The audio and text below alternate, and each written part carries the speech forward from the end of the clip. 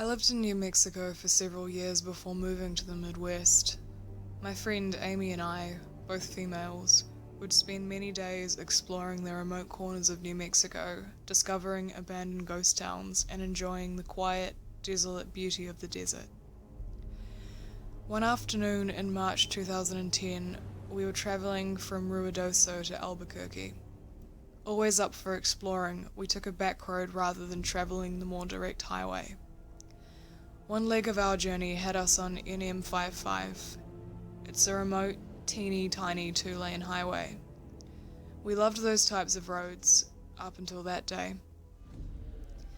This part of New Mexico is flat and desolate desert.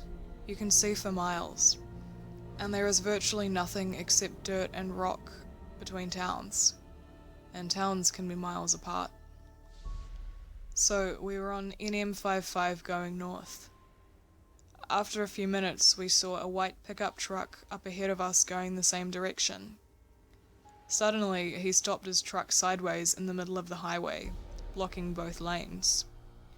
We were about a mile away from him, and as we got closer, we began to get uneasy.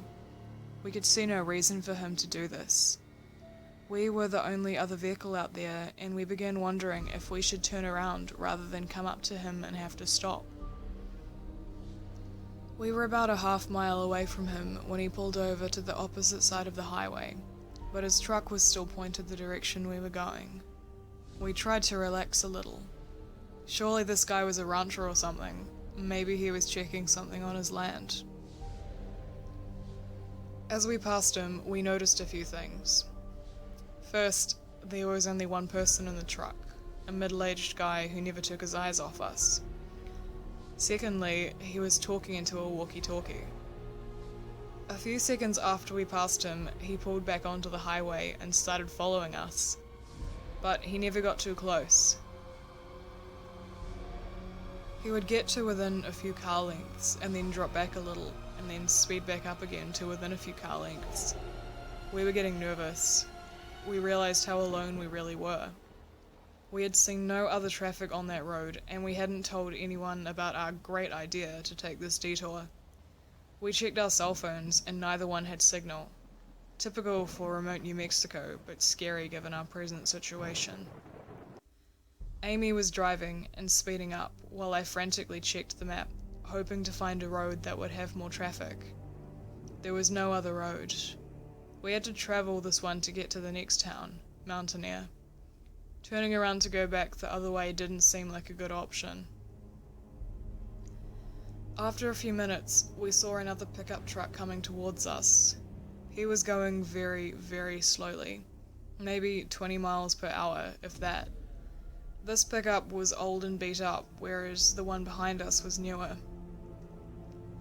Amy had us up to 75 miles per hour, which wasn't typical for us on these 55 mile per hour highways, and we blew past the old pickup.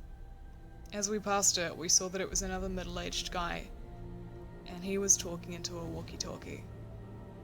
After the white pickup passed him, he pulled a U-turn and pulled in behind it. As we watched all this, we could see the white pickup truck guy talking into his walkie-talkie. No doubt these two knew each other. We were being deliberately followed. And for the first and only time in my life, I felt hunted. They stayed right behind us. We watched for obstacles in the road. We truly thought old beat-up pickup guy had set up a trap in the road and our vehicle would be disabled somehow. We talked about driving into the fields. We were in an SUV. But this was obviously their territory and we were afraid of what would happen if we went off-road and got cornered. So we stayed on the highway. By now, a white pickup truck guy was right on top of us. We could see him talking into the walkie-talkie and he stayed right on our bumper. And old, beat-up pickup truck guy was right on top of him. The three of us sped down the highway. The white pickup inched closer. His maneuvering and edging closer made it apparent that he was trying to bump us. I watched helplessly as he got to within inches of our back bumper. Amy floored it. We were passing 80 miles per hour and edging up to 90. The road was flat and deserted, but any little thing going wrong would have been catastrophic. We absolutely were not going to slow down or stop if we could help it. The white pickup pulled into the opposite lane and started to gain speed.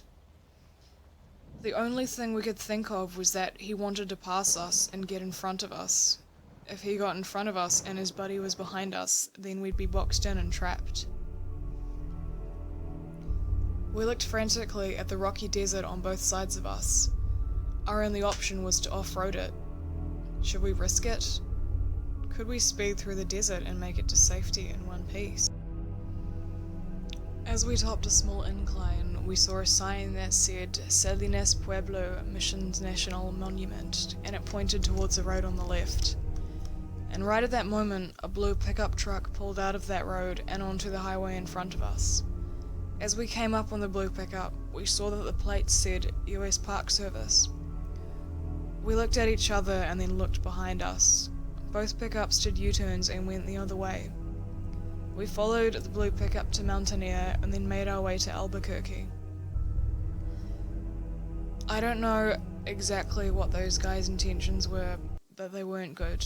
There is something seriously wrong out there. I notified the state police and they said they would keep an eye on things. This area is very near Belen, New Mexico, which is where Tara Calico was abducted. It's also about 100 miles from Elephant Butte, New Mexico, which is where David Parker Ray had his little secret torture laboratory. We didn't put all that together until later. Even though David Parker Ray had died by the time this had happened to us, we do believe there are others out there like him. And whoever abducted Tyra has never been caught. Or maybe we came into meth lab territory, but since this happened on an actual highway rather than a backcountry road, I tend to discount the meth lab theory. Whatever is going on out there, it's not good.